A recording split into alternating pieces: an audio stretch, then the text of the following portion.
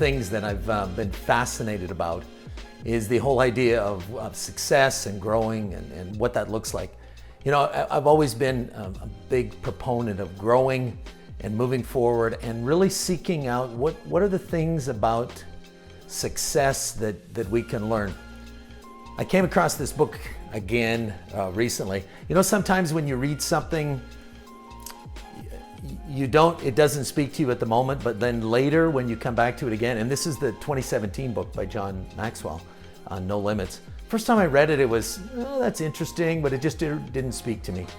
And then I came back to it more recently and I go, it was just the right thing at the right time.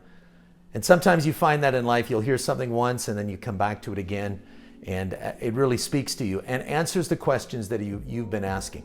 Well, I found that with this book, No Limits. You know, one of the things in life that we can very much realize, and we need to realize very quickly, is we have both strengths and weaknesses.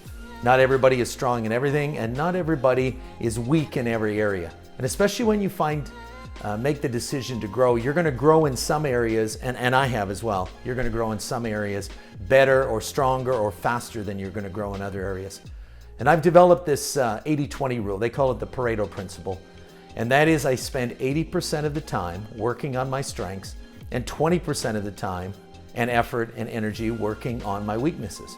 Because I realize my weaknesses, I can mitigate them to some degree. I can minimize them. I can adjust for them. I can delegate those responsibilities to others. But I find with my strengths, if I focus in on those, I can move forward almost exponentially. And that has been a huge area that I have developed over the years. Now, in the book, I want to be able to share a couple and this will be more than one episode of Minute with Mike. So be watching and listening for the other ones. The first thing in life is to realize, and John talks about this idea of what is the formula. And it's a three-part formula. It's awareness, plus ability, plus choices equals capacity. And the whole idea is to grow your capacity, to grow your ability, to expand yourself. And so I want to start out with this first area of awareness. There is nothing more important to begin with. As a leader, as an individual, as a business person, whatever state you find yourself in, being more self-aware is going to make you better at what you do. And there are two specific questions that you ask. I'm going to talk about one of them in this segment and be watching for another one to pick up the second question that you can ask. But the first question you can ask is, what am I missing? Is there more? And that's the whole idea of self-awareness.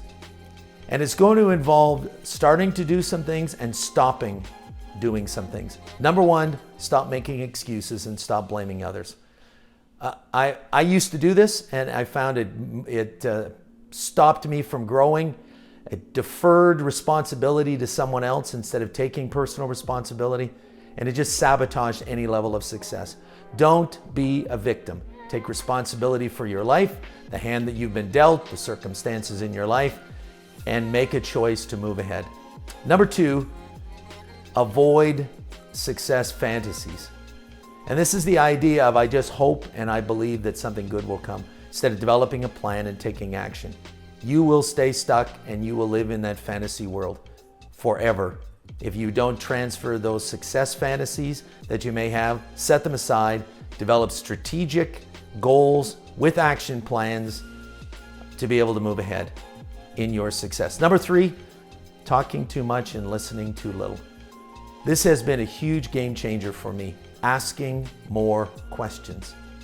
Don't assume that you know, don't assume that you understand, don't assume that you have all the information. If you ask good questions, and the quality of those questions is going to determine the quality of the answers that you find. So that's another one. An absence of personal reflection. Success or failure, you need to take time to analyze both. If you fail, you need to ask the question, what did I do that needs to change? When I succeed, what did I do that I need to replicate? And taking time to do a post-event analysis of things. How do we make this better in my own life and in the events that we have? But taking time to reflect. Unresolved negative emotions. These will keep you stuck. This has been a journey for me. and a huge journey is getting rid of unresolved negative emotion. And I started this journey 30 years ago to get to the bottom of things. Why was I feeling and acting the way that I was? And what was the unresolved issue that had to be addressed? I'll guarantee you, you take 5 minutes to step back, to ask the question, what's holding me back? And you begin to dig on it, you're going to find things that probably will involve some work on your part. And you're going to have to dig down on them. But dealing with those unresolved negative emotions that keep surfacing over and over again, I encourage you, get to the bottom of those. That's one of the things that can be really, really good. Another thing that helps people or holds people back, I guess is a better explanation of it, is an unwillingness to pay the price. John Maxwell says, and I agree with him, everything worthwhile is uphill. It does not come by accident. It does not come easy. You have to be willing to pay the price and do the work. And lastly, avoid this. Look for a shortcut. I'll tell you what the idea is. There is no shortcut. There is no shortcut to anything. Better relationships, personal health, business success, in any relational success, in any area of life, there is no shortcut. And you're going to have to do the work. Now that's good news and bad news. But one of the things in life, if you want to move ahead, number one is better self-awareness. And that's asking this question, is there more? What am I missing? What do I need to do? I encourage you to just look at your life, to take a step back, to do some analysis of it, to ask that question, to go through the list of those 7 things that I just listed, and to do some personal reflection. The beginning of success is going to be a higher level of self-awareness. Thanks for watching.